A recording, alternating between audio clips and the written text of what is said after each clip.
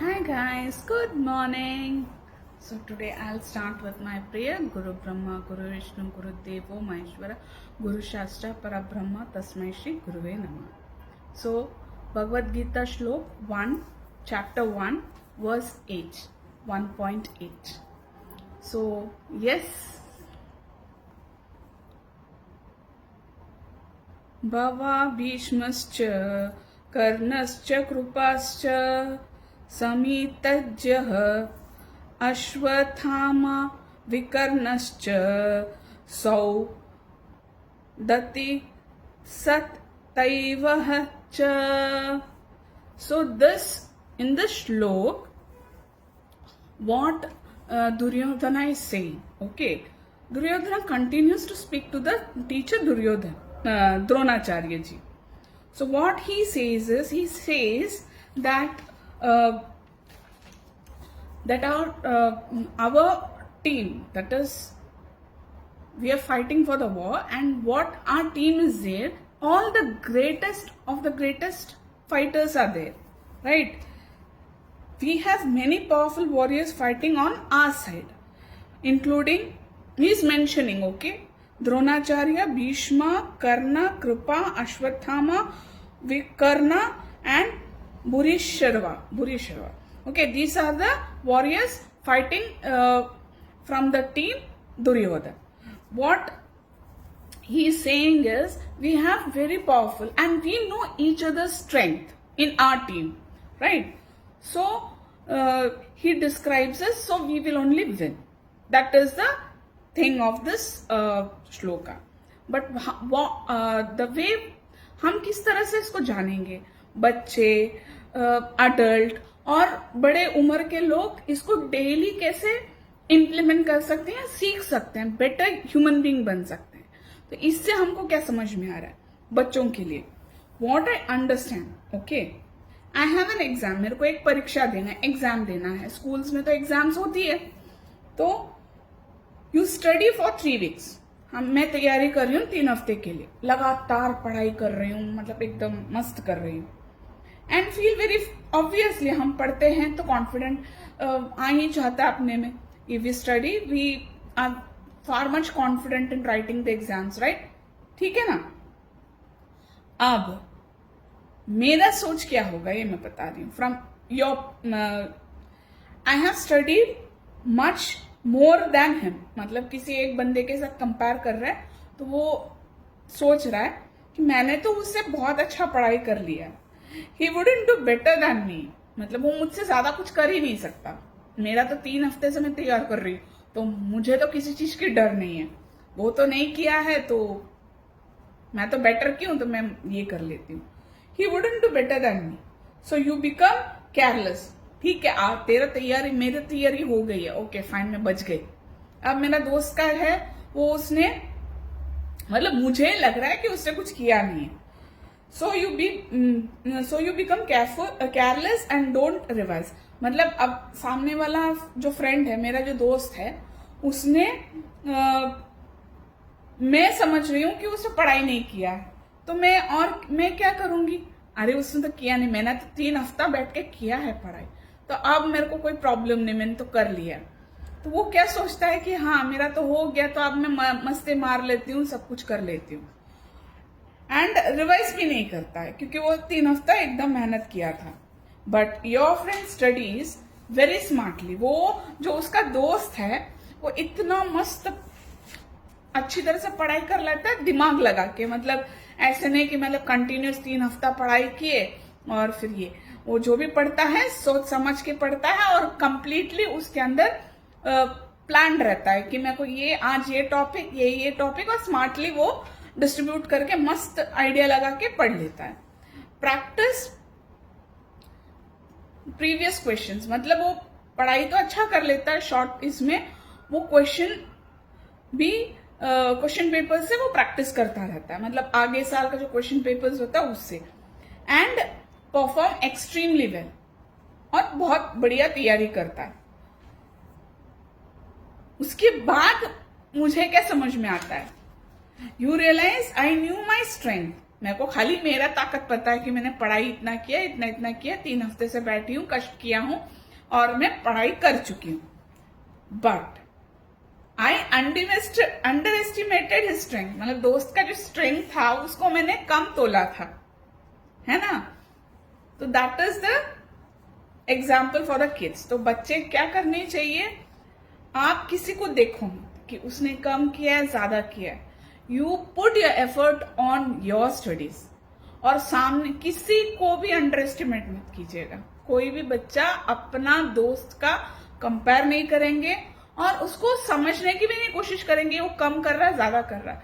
आप अपना पढ़ाई अपने तरीके से करो और सफलता आप ले आओ।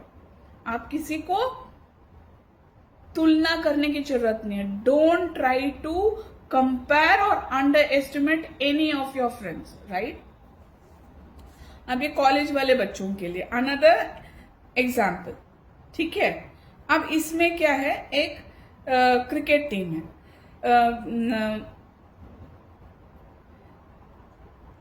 Suppose you play cricket team against a team that looks weak, मतलब एक टीम है, 2 टीम है, एक X है, एक Y है, ठीक है।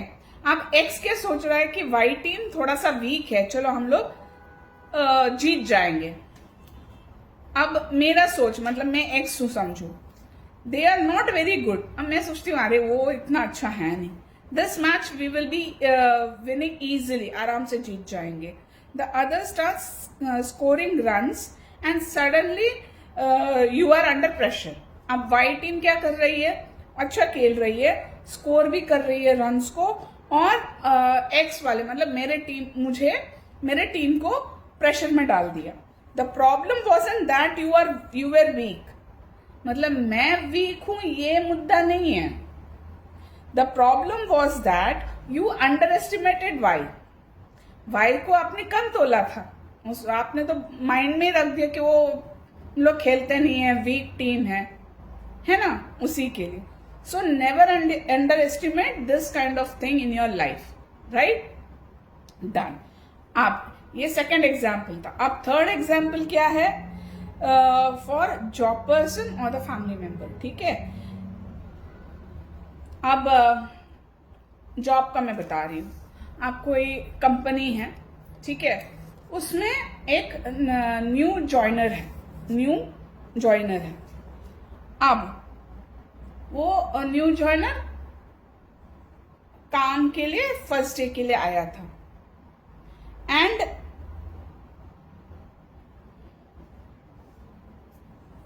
अब मैं क्या सोच रही हूं उस चीज के बारे में। अब कोई नया एम्प्लॉय आया होगा तो मैं क्या सोच सकती हूँ, what I can think of that new person. He is new, नया है, he probably doesn't know much, ठीक है, उसको उतना कुछ ये कंपनी के बारे में पता नहीं होगा। बट इंस्टेड ऑफ इग्नोरिंग, ये तो मेरा एक थॉट था कि उसको वो तो नया है और उसको कुछ नहीं आता। He is new and he doesn't know much. But instead of ignoring him, you should think, मतलब अगर मैं उस तरह से नहीं सोच के इस तरह से सोचूं, I know what I can do. नया एम्प्लॉय है और ठीक है, आ गया, मुझे मालूम है मुझे क्या करना है। Let me also respect him, मैं उसकी भी कदर करूं। What he might be capable of, मतलब उसको जो आता है उसको समझ के उसको ये करो। That's confident is without arrogance, समझे। तो this is the thing what we needs to learn. और इसमें और एक चीज, ये तो जॉब के लिए हुआ। अब कोई नया मेंबर अपने घर में ज्वाइन हो रहा है, मतलब अब एक फैमिली है जहां पे mother father and 2 kids, okay, और उस 4 फैमिली में एक नया मेंबर एंट्री हो रही है, एक लड़के की शादी हो रही है, तो wife is entering into the family, ठीक है। अब वो क्या होता है, वो जो एंटर करती है तो वो तो डरी रहती है, she scared because it's a new home, new atmosphere, new family members and new, मतलब ठीक है, मतलब एवरीथिंग इज न्यू। आप जब वो बहू आ रही है, when the wife is entering their home, we should be always supporting. नहीं बेटा आप कर पाओगे, यू कैन डू इट बेटा, you will learn and you will do it. ना कि इसमें और एक होता है कि नहीं मेरे हिसाब से करना है, तुझे कुछ आता नहीं है, you don't know anything, you should learn, you should do this, you should do that. तो ये दो तरह का होता है, राइट. इसमें से हमको सीख क्या मिलती है? नो योर स्ट्रेंथ, आप अपनी ताकत को जानो. Respect their strength. जो नया मेंबर है, जो नया एम्प्लॉई है, या कुछ स्कूल के बच्चे के वहां पे कोई है, तो हर चीज मतलब सामने वाले की भी रेस्पेक्ट करनी चाहिए और खुद की भी स्ट्रेंथ की रेस्पेक्ट करनी चाहिए. Never under estimate anyone. और इसमें से और शॉर्ट में मैं बोलूं, still short if I make, confidence says I can do. Confident क्या बोलता है? मैं कर सकता हूं. ओवर कॉन्फिडेंट क्या बोलता है? Nobody can beat me. Over confident बोलता है नहीं मुझसे तो बड़ा कोई नहीं है, घमंड. विजडम सेज, बुद्धि वाला, not intelligent, wisdom says I can do it but I should never under estimate others. ठीक है ना. Confident, over confident and wisdom, ये तीन बहुत जरूरी है समझने के लिए. कॉन्फिडेंट बोलता है कि हम कर सकते हैं, we can do it. Over confident मेरे से कोई बड़ा है नहीं. विजडम कहता है कि I can do it but at the same time I see that other person are also capable. हम उसको नीचा नहीं दिखाते. तो ये आज का सीख ये था. How did you enjoy? Please comment. Okay, bye, take care, have a smiling face every time when you're happy or you're sad. Bye.